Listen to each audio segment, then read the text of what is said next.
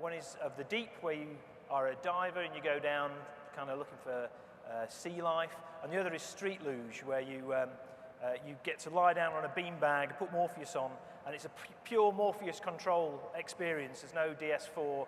You lie on this beanbag and you're like on a street luge, and you just steer by tilting your head. And we've got a video I think we're going to show of the deep. So if the guys could put roll the video of the deep, that would be great.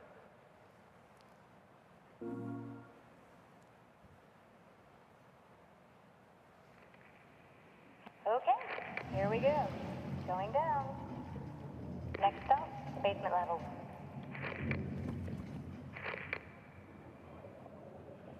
Hey, I think I have something big down there with you. You see anything? No! Ah! Oh no! Oh God, it's going to take that long. Listen, have you ever done a section? Oh! Oh no! What's going to do? What am I going to do? Oh my God! Oh my God! Okay. On a show. Oh. Oh. Let me, It's scary. controller. How did you find that? Scary. Ooh, my heart's beating. Ooh, when it suddenly comes, and actually your defences are taken away. That is the real. You feel pretty vulnerable. Scary don't you? bit. Hello. So that's my mum. So some people think I'm a bit evil when they've seen that. So before we get started, can show of hands or noise, how many of you have gotten a chance to try virtual reality in one of the consumer products that's under development right now? Not too many of you, but as you know, we'll have Morpheus on the floor today, so everyone will get their chance. And of the few of you who had, how many have had their mom try it? No? Oh, okay. You've got a soulmate in the audience, Dave. So I think it's good to start out maybe then by drawing some ground rules here, or at least some definitions. So I'd like to, for you all to, let's get into what virtual reality is. Like, let's define it as opposed to some of the other technologies that are also emerging with similar names. So what is virtual reality, if you had to distill? Let's start with you, Rick, since you've been working on it so closely. Me? You. Sorry, we can't hear each other very well on the stage, so. Basically, virtual reality is when you replace the senses that you're experiencing, sight and sound mostly, with an alternate reality that is being rendered by a computer, in this case, PlayStation 4. So virtual reality is when you completely immerse a person in this new reality such that they feel that they're present in that place. They start to forget that they're where they actually are, and they feel like they're somewhere else. That feeling of presence is key to what the definition of virtual reality really is. So this is not the same thing as just having, Pete, as having monitors in front of your face inside a headset. Absolutely not, no. I mean, it is about the immersion, and I think what we might talk about today is some of the learnings that we've had on how we can even break that accidentally if we're not careful. And very different to what we talked about with augmented reality, and that's very much putting something that isn't real in your world rather than putting you into a world that isn't real. But there is, right now, as Richard said, we're very much dealing with sight and sound, and I think the future's got to hold something much more than that for us. Yeah, I mean, I think when you play a traditional game, you're looking on a window on the world, and from a dev perspective, you have to build it from that camera perspective and so on. When you go into virtual reality, you can look anywhere around. It's very different to looking through a window and trying to control, sort of in a slightly abstract sense. Very much in virtual reality, you're actually there. I think sometimes it's like if you go to see a movie lot, on a tour. When you see the movie shot from a particular angle, the street looks really long and so on. But when you're actually there, it's quite different when you look around. And that's like the best example I can think of to understand the difference. Yeah, the thing that I always use to describe to people, many people will put on a virtual reality headset for the first time, and they'll look like this, and they'll say, oh, this is amazing. And I'll say, well, look, turn around and look behind yourself. And then you see the hallway stretching behind you, and you realize that you are now the character in the game. So we know a lot about what virtual reality is, but we've also been told by science fiction, by television and movies, what it's about to be. So Shu, could you distinguish what VR is right now as PlayStation is working on with Morpheus, as opposed to what it isn't yet? We will get to Star Trek yet, but what don't we have? What are the things that we've come to expect that we're not talking about here? Okay, so you're jumping onto the thing that we are working on. Are you talking about short term as we work for the commercial product of Project Morpheus, or are you talking about longer term, maybe 3 or 5 years in VR general, what's missing? And well, maybe I touch upon both. So in terms of the short term, what we have here that we've been showing off since this year's GDC, we feel that it's quite good, good enough that in many cases we are able to feel the presence. We feel we talked about we believe, our body believes that we are in a different place than we are. So so that's why we decided to announce this. We've been working on this over 3 or 4 years now, but we have come to this point that we can show it to people, let people try and see the potential, and and as important is to get this in the hands of game developers so that they can start experimenting and creating contents, because there are lots of things that you learn working on VR content, that a lot of things we have learned making games do not work. So you have to relearn things and discover. It's the best part is discover the fun of creating VR content. So what's missing still? We have 3D audio. We have pretty comfortable mechanism to wear. Pretty good display and response latency. But we believe we want to improve everything more, so that we can be sure that most of the cases, most everyone. There are some people who are kind of not good at 3D graphics, but most of the people can enjoy and have great experience. So it is we strongly believe that it's our duty, because VR is so new in VR this time. The first product we release as a commercial product has to be really, really good. And the content makers, developers have to learn a lot, before we release the contents to people, because the first impression is so important for this new medium to grow. And in terms of longer term, there are lots of things. We do have PS Move. We can interact with the virtual reality objects or characters, but once you are in the other world, and once you believe that you are with the other character, for example, in the VR world, you really want to have the real communications or conversations or exchange of emotions, and we feel a little bit of that, and it's a very powerful experience, but it's limitless in terms of what technologies in the future we can add to the VR experience. We're working on it. This is something that, like you said, you've been working on for 3 or 4 years. People have been working on for 30 years. Why now? What has happened in technology that's allowed VR to become a feasible technology again? I answer that one a lot, so I'll start with the display technology has gotten much lower cost, that's one thing, and much higher quality.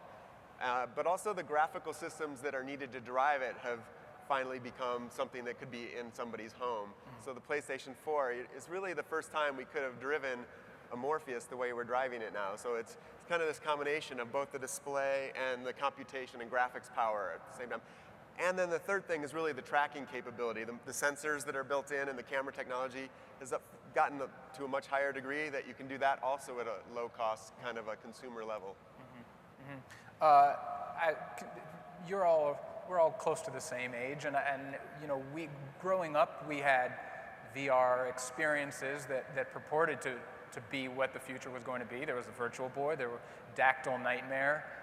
Did any of you experience some of these earlier solutions, and tell us about it? Yeah, I mean, I did have a go on the Virtual Boy a long time ago.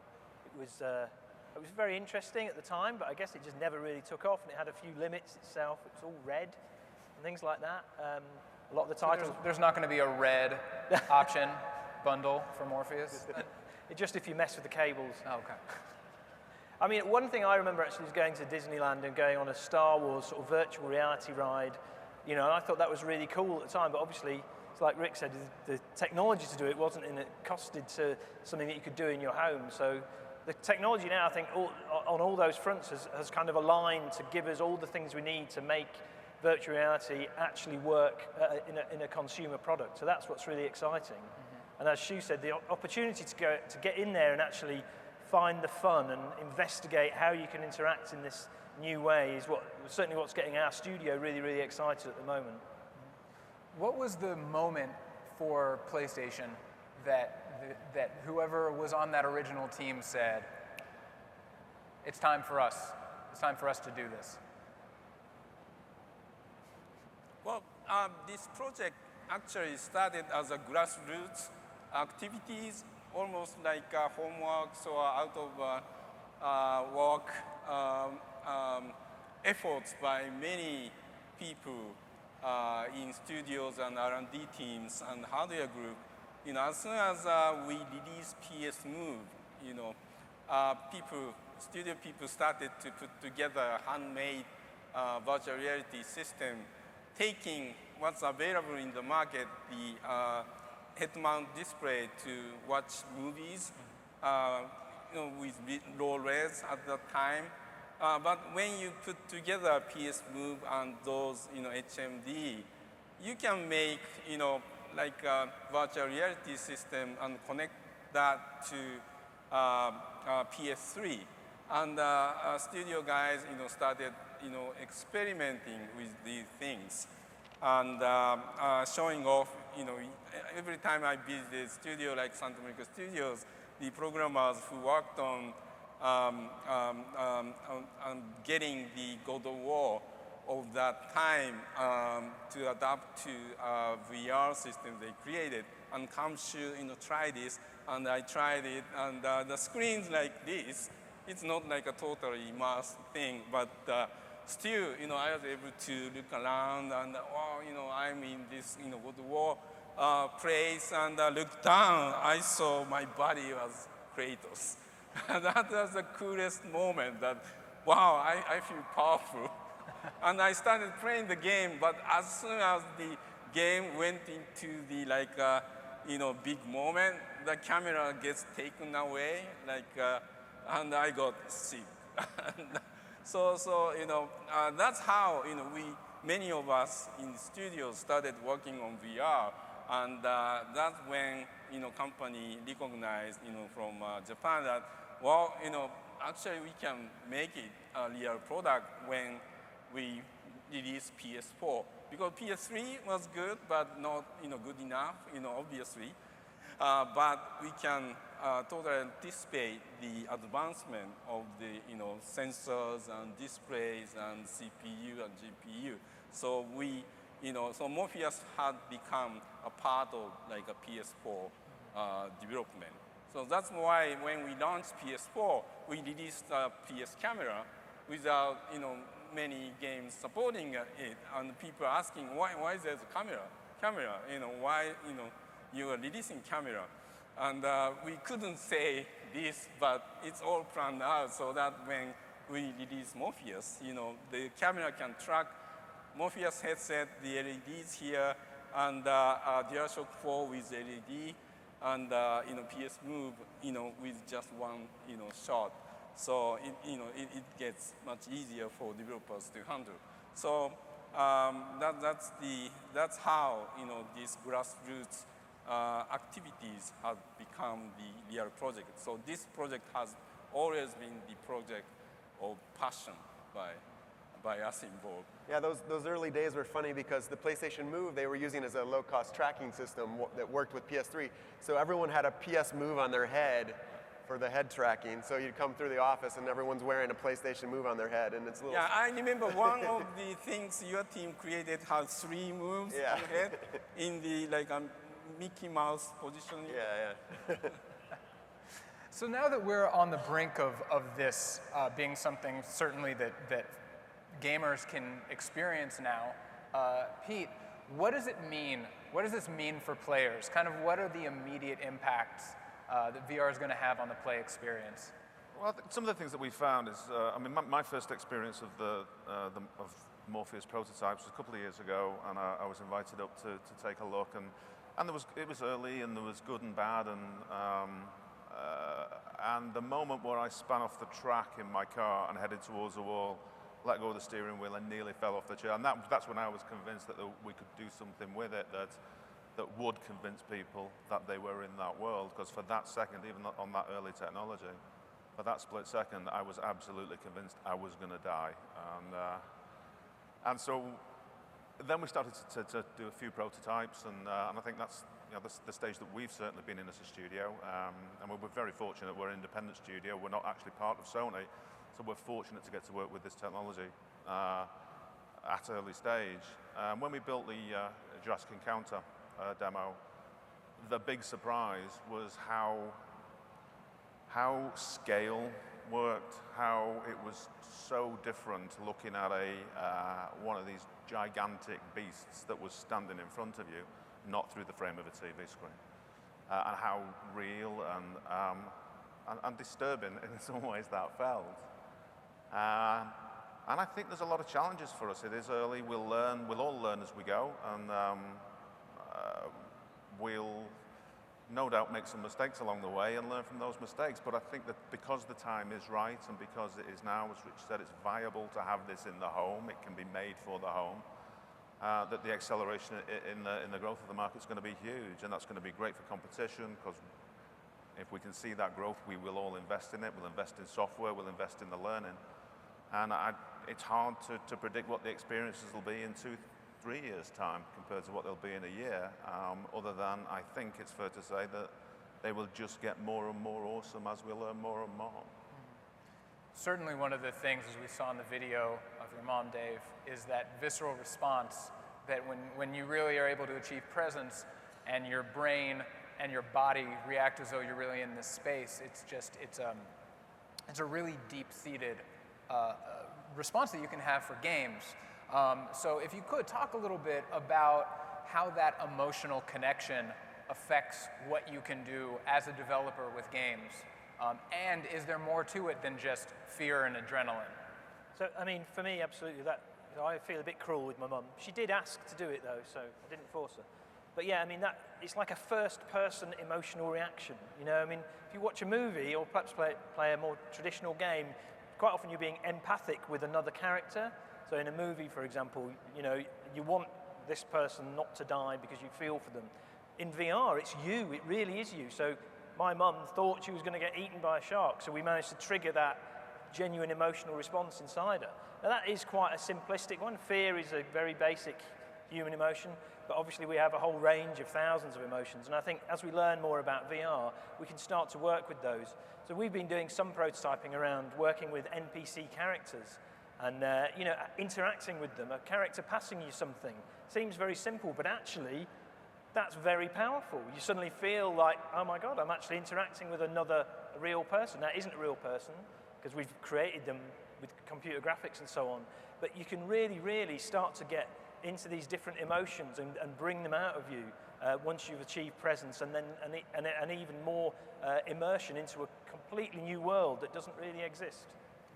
So one of the things that we found again with the Jurassic, with the dinosaurs demo, you were saying, but this is the dinosaurs, and we found sitting playing the demo, and mimicking the dinosaurs, because that's what we do when we talk to each other and communicate. You know, we nod with each other and so on. But these were dinosaurs, but there was such a belief that you were in that world that, you know, they mimic the head movements of the dinosaurs. There's also a virtual chainsaw game. So it is that, getting that emotional attachment to people or whatever in that experience is key. Mm-hmm. And what about multiplayer? I mean, that's, I think, what a lot of people wonder about interaction between players in the game. When you're in there and another player is in there, hey, want to? Does that change? Like you said, there's so much room for empathy when there's presence, and how can you see this affecting the way people play together in a game experience? We've done a lot of experiments with multiplayer communication in VR, and the head motions of a person really can give you a lot of information about who that person is across, you know, the virtual space from you. And also the voice, if you have a microphone, you can do 3D sound, so they sound like they're right where they are. You see their motion of their head. If you combine hand tracking, for example, with moves or something, then you can really start to have feel like you're just standing next to somebody else in a completely new place. It's hard to describe. You have to do it to understand it. Last week, there's a convention inside Sony. Your mic's on. I think we lost your mic. Can you hear Shu? Yeah. Okay. Hello. Yeah, so last week in Japan at Sony, we had a tech convention that all different groups and labs, show all the new tech that they are working on. And Rick's team was there and showing off new demos using Project Morpheus. And one of the demos that I tried with Rick were both of us were in the space, and we were doing the throwing and catching balls with each other. That was really surreal experience. Yeah, that's something there's no way you could ever do through a television set, because the spatial awareness is just not there. But when you're in virtual reality, you can actually just catch things and throw them right back to the right spot. It's really cool. So we know a lot about the promise, but let's talk about challenges a little bit. Certainly, this is in so many ways a new platform within a platform, and you're building something from the ground up. So in the early days, how were you determining what worked and what didn't? And what cues could you take? We did lots of prototyping, and we just the teams would just play them, and we'd pick, the great stuff floated to the surface, really. We learned more and more about what we like. So, I mean, for example, we've been using Move controllers, and it's brilliant you can give you a pair of hands in this world. You can actually pick things up and do things. We just tried lots of different things, and some things were surprising in a way. Simple thing like, it'd be quite cool to ride an animal. Actually, like we put a bit of, like you might do in a traditional game, a bit of motion on the camera. Well, that's not a good thing to do, because it's like Shu said earlier, taking the camera control away from you doesn't work. It makes you feel uncomfortable. So you just try things and learn from them, really. So one of the things that I know people get very excited about is the idea of playing something like Battlefield or Killzone in VR. But like you said, something that uses a camera stick as well as a movement stick, and that fast twitch motion that gets very uncomfortable very quickly. Is that going to be less of an option than people like to think it is? I think it's certainly a challenge, because I think when your eyes tell your body it should be feeling something that your body doesn't feel, that's a huge disconnect, and that can make you feel uncomfortable. I mean, that's travel sickness and so on. And I think there'll be design challenges for us to conquer that in the way that I know that you guys are with your luge, that there is movement, but it's done in such a way that it doesn't feel distressing or disturbing. It feels natural. So I think there will be ways that we can overcome it without having to put pneumatic chairs in your living room, which I think we're a little way off. So there will be ways we can conquer it, but we have to be careful with our designs. We can't just launch into, any great game is going to be great in VR, because that's not going to work. Yeah, abstracted interfaces tend to be more problematic. For example, the luge works really well because you tilt your head kind of to lean like you might really do, and that feels natural, and the whole world behaves that way, so that's good. Something like an analog stick is a little more tricky because that's abstracted from the motion, and you don't quite know how that's going to map to the visuals around you, and especially if the horizon changes in weird ways, that can be disturbing. But something like, we've done some experiments recently with Move, where you just reach into the world and grab the entire world and move it around, and you can shake it all around and you won't feel sick at all because you're moving it in exactly the way you expect to be moving it with your hand. And it's strange, it can be lots of motion and still not make you sick, as long as it's motion that you understand. Well, it's the difference between driving a car and being in the back seat. You know what is about to happen because you're kind of intimately involved with the control itself. What are some of the technical considerations? Everyone keeps talking about presence and how that is the goal, but presence is also fragile. Presence can be broken easily, and once presence breaks, that's where discomfort comes in. So what are some of the things that you found have to be there to maintain presence in VR? Well, I mean, certainly the latency needs to be low, because otherwise you feel drunk. You know, it's like, I'm sure when you're drunk, your eyes are taking a while to tell your brain what's going on, so it's the same sensation. So it has to be, you move your head and the world moves at exactly the same time. You know, and I think that's one of the things that's happened in fairly recent time to make it much more possible now. I think consistency in the world is more important than reality or realism in the world. I think as Richard was saying, it's, as soon as you get that sensation that this doesn't feel right, this isn't what I expected, then that breaks it, that jars. So I would definitely say consistency. It can be a super cartoon world, as long as it's consistently that and your brain can assimilate it, that'll be fine. But I know we had some issues that we had to solve in the Jurassic demo, where geometry didn't quite meet, that you'd get away with on a 2D screen, and it wouldn't really jar and wouldn't throw you out as soon as you spot it in that environment, because it's supposed to be real. It's jarring. It takes you out to that immersion, that reality. Shu, everybody wants longer games. Everyone wants the 80-hour experience. Is that something that VR is meant for? Yeah, I think in the future, with the advancement of tech and understanding of the content creator, how to make the great experience, I totally believe that there will be experiences that people can be in VR and play for a long time and don't feel sick at all.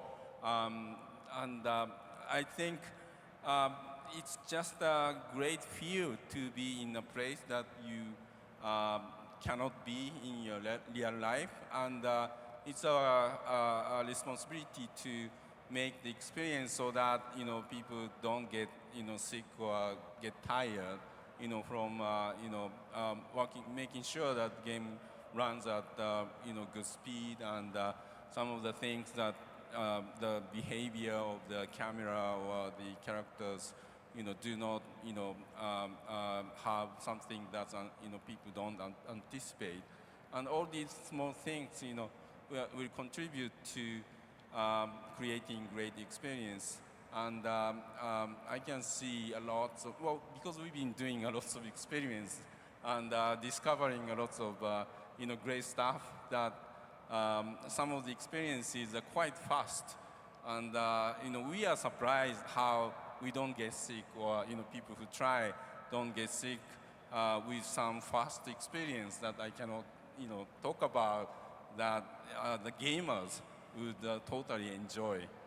We've been showing experiences intentionally, something that's passive and easy on people, like the Deep or Street Rouge even, to make sure that everyone who tries have a great time, trying the first time, VR first time. But we are discovering at the same time, we can create some fast-paced games, that core gamers will be enjoying for a long time. So let's talk about the future a little bit. And I also want to remind people, if you're not, the hashtag just disappeared from the screen, but you can either use Ask PSX VR or Questions PSX VR, and we're collecting those. So when we get to the Q&A portion in a little bit, we'll be pulling from those. So the future, there are a number of elements that you're playing with in R&D labs, and that are necessary parts of kind of a complete VR solution. What's going to be next? As technology grows, what's happening in other spheres like wearables, say, that seem like they'll be good to integrate into VR for Morpheus? Well, with the future, the way we kind of have started breaking down presence in VR is there's the static, just putting it on and what you see immediately, that static scene, then the tracking portion of it, moving around, and then the next step, the really kind of more future step, is the interaction you have with that environment and that world. So if you stop with just the motion, that's still VR, but you don't have any way to change the world around you.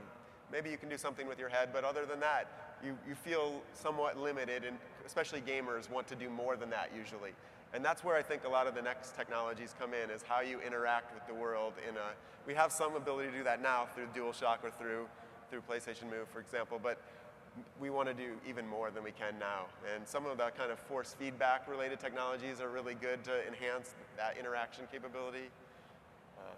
One of the things we've been looking at is just where you're looking, and you can do that with head tracking, and then there are other more sophisticated things of actually eye tracking. But like I talked about having an interaction with a character, I mean, if they're saying to me, look at me when I'm talking to you, and you that's never happened in a game before. You're kind of looking over there. I said, look at me when you talk.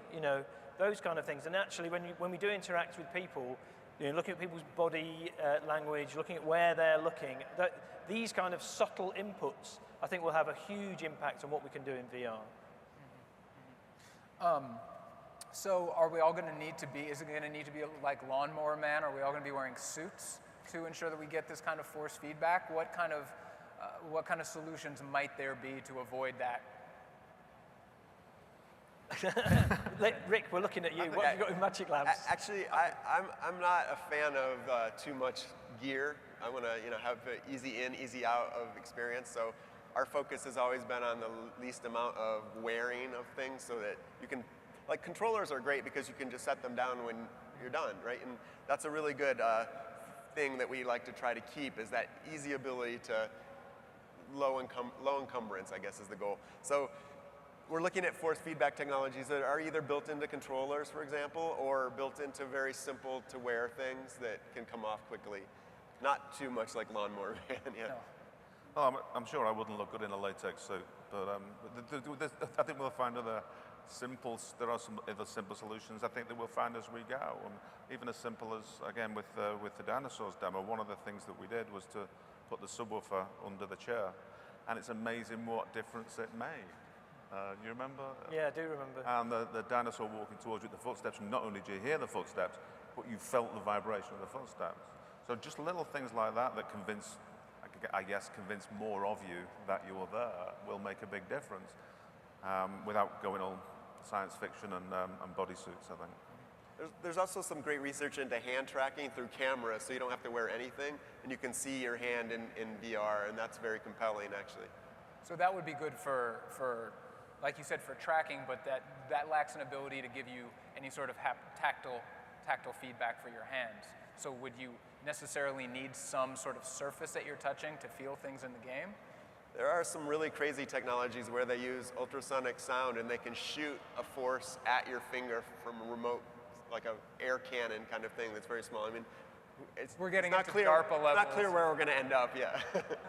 So outside of gaming, certainly, there's more to VR and there's more to PlayStation. So for all of you, what are the kind of applications outside of gaming that excite you the most about virtual reality?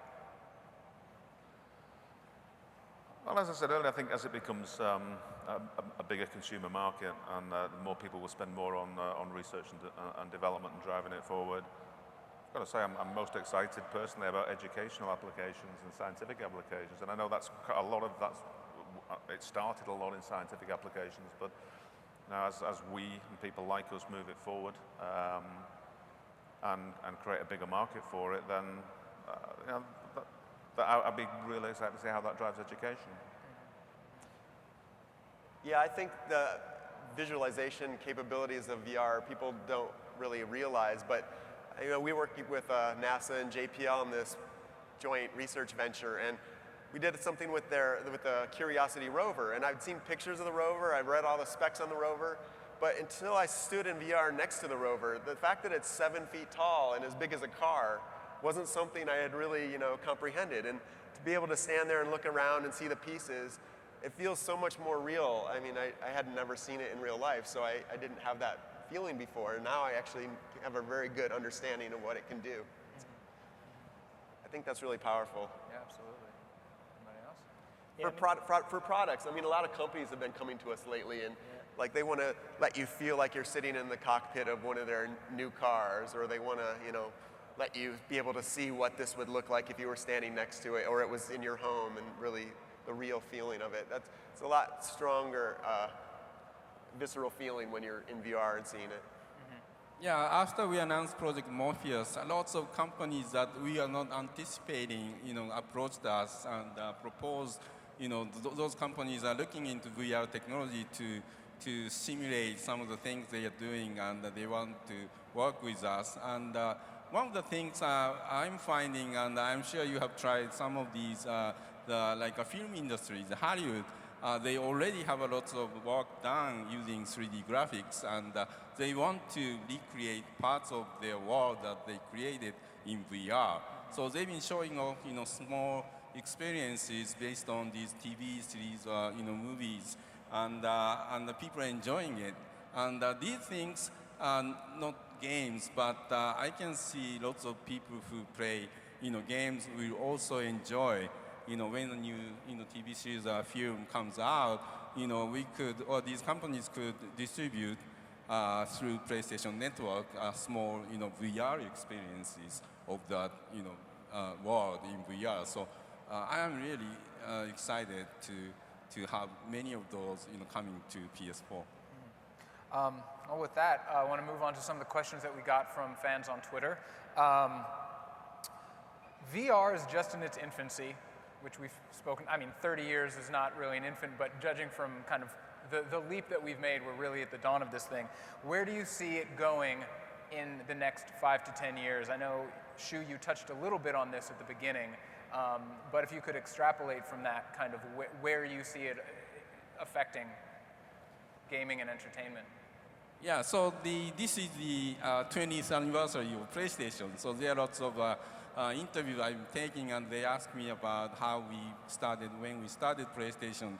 And the feel I had, this is something I've been saying in these interviews, that what I felt working on the first original PlayStation, I was so excited that we can bring the real-time 3D technology to the hands of game developers, and people can enjoy games realized using 3D graphics tech. And 20 years after, we are playing games like Last of Us or Grand Theft Auto 5. It's amazing, use of 3D graphics tech.